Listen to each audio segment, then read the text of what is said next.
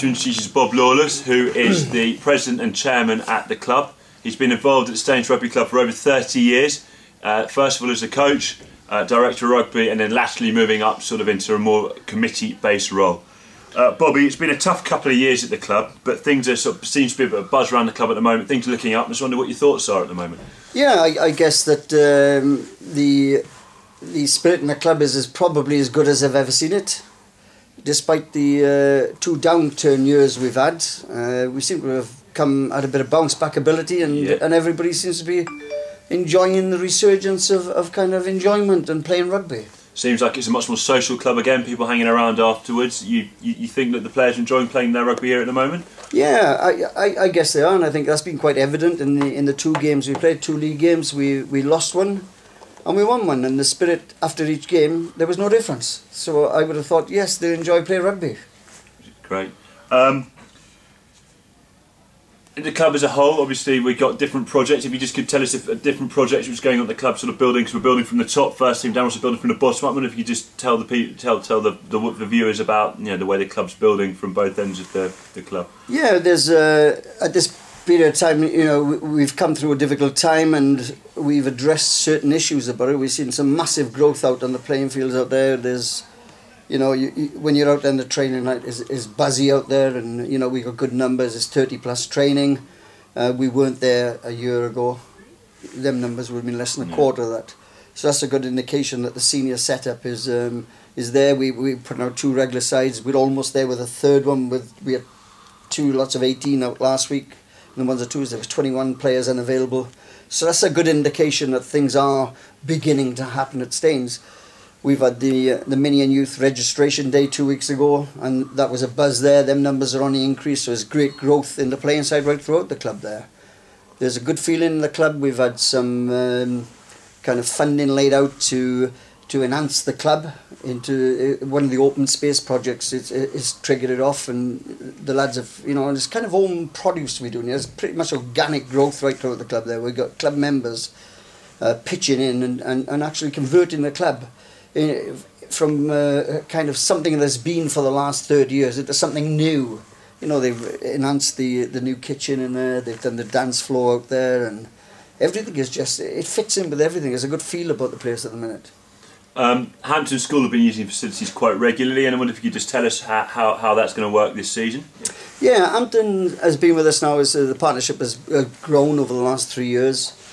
We're looking now to play more games with Hampton this year. They got 2 great games in the evenings down here. They got a New Zealand touring side down here next Monday evening. And on what time's the kick-off for that, Bob? 7 o'clock kick-off. Yep.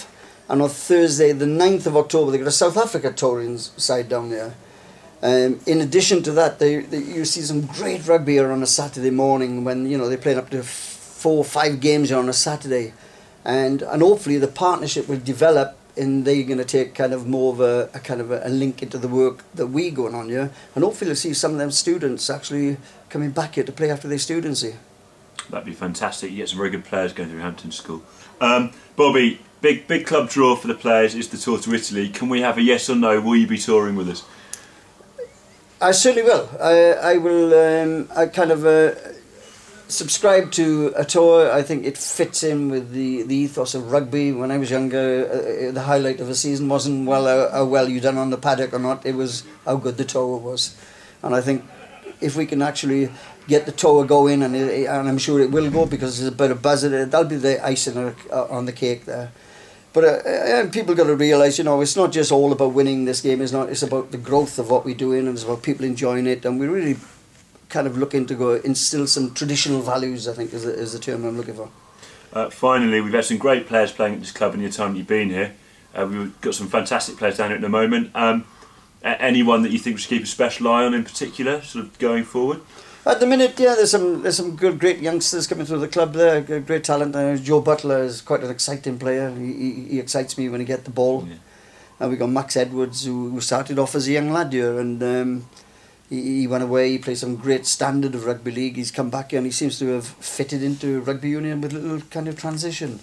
And they both play together in the centres, and it's quite an exciting time there. And we got some new guys that have come into the forwards, and we're starting to win some good ball there. You know, we went up to Chiswick last week, and Chiswick are a fair old side. They finished third in this league last year, and we never looked out of place right throughout that game. In actual fact, that was a great win for us, and I think that's a kind of the yardstick of the season out there. The lads have got nothing to fear and everything ahead of them.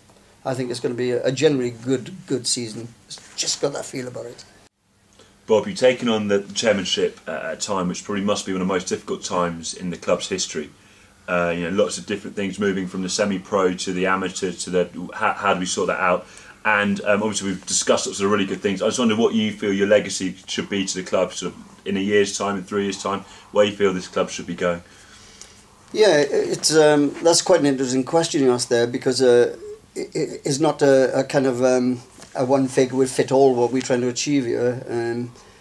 My thoughts about entering the season was a bit apprehensive, really, because I wasn't quite sure. We've had 2 bad years behind us, and my thoughts on chairmanship probably have changed over the last 3 months. We have a massive amount of growth in the club within the playing structure throughout many youth and seniors. And what has happened? They've actually been dragging us along. So my ideas of my chairmanship, which was to probably get the finances sounder so that we could have a launch pad for us all to develop and grow on. But now it seems to have come, we need to really get things moving here. With the income streams, we own the 14.5 acres of Staines. The Reeves is owned by the club there, subject to a mortgage, which one could say is quite small in comparison to what people have got. But nevertheless, it's an age. You know, the club has been up now. It's been 28 years. The club has been here, and there are things that needs kind of repair, maintenance, and needs a structured program in place to make sure that the actual club is cared for. Now, looking after them income streams, so keeping our eye on the ball really with everything else that goes on here, regarding sponsorship, club lets. You know, it's been quite a task, and it's quite an uphill task for a new chairman going on board. Luckily enough, the club has gone through we got a task group up and running. We had a workshop in the club, and the members have come up, this is their vision, and the task group is seeing the vision through the membership. And a part of that vision was the RFU giving us support through a person who can deliver the strategic plans of the club through PricewaterhouseCoopers, and his name is Chris Duncan. Unfortunately, Chris has left PricewaterhouseCoopers. Well, it might be unfortunate for us, but fortunate for him, because he's gone to pasture again. But the amazing thing about it, Chris had a feel about the club. He came into the club, he looked around, he went out on the pitches, he's seen the players, he met the coaches. And Chris came back, and his ideas and his energy, there is something special there.